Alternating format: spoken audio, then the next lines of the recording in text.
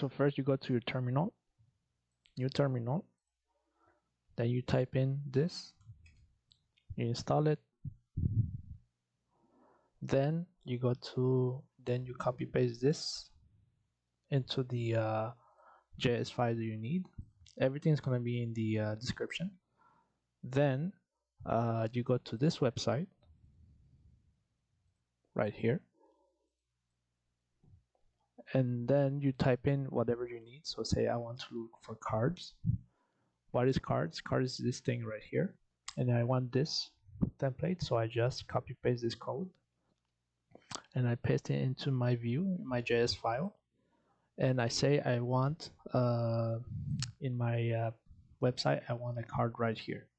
So I just go to my profile and I paste it at the end of the code.